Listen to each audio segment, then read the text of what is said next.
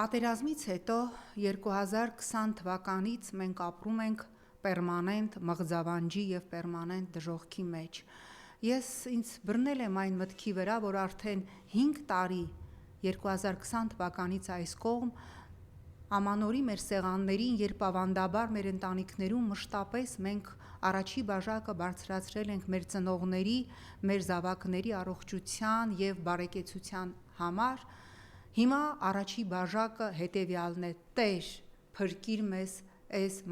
մղձավանջից, Տեր, փրկիր մեր պետությունը, փրկիր մեր եկեղեցին։ Ես չեմ ուզում և չեմ սիրում լալահառաջ տոքսիկ տեքստեր ասել, բայց փաստը այն է, որ մենք կանգնած ենք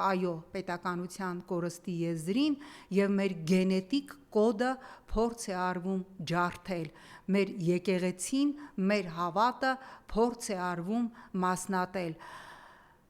Ես չգիտեմ ինչ կլինի, եթե այս նոր տարուն 26 թվականին այս ռեժիմը վերարտադրվի։ Լավագույնը, որ կարող է լինել, դա թուրքական բովանդակությամբ մի երկիր է լինելու,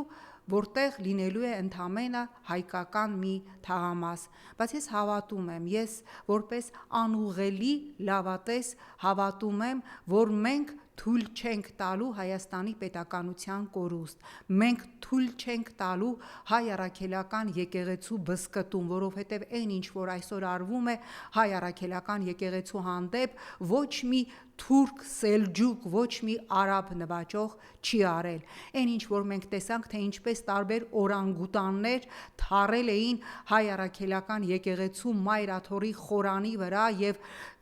օրանգուտանային ճիչեր էին արձակում, ես չեմ տեսել, որ հայ առաքելական եկեղեցու Մայր Աթոռի հանդեպ աներ որևէ սելջուկ, թուրք, արաբ նվաճող։ Ես հավատում եմ, որ 26 թվականը լինելու է բեկումնային տարի։ Ես հավատում եմ, որ ինչքան էլ մենք պատերազմից հետո տևական այս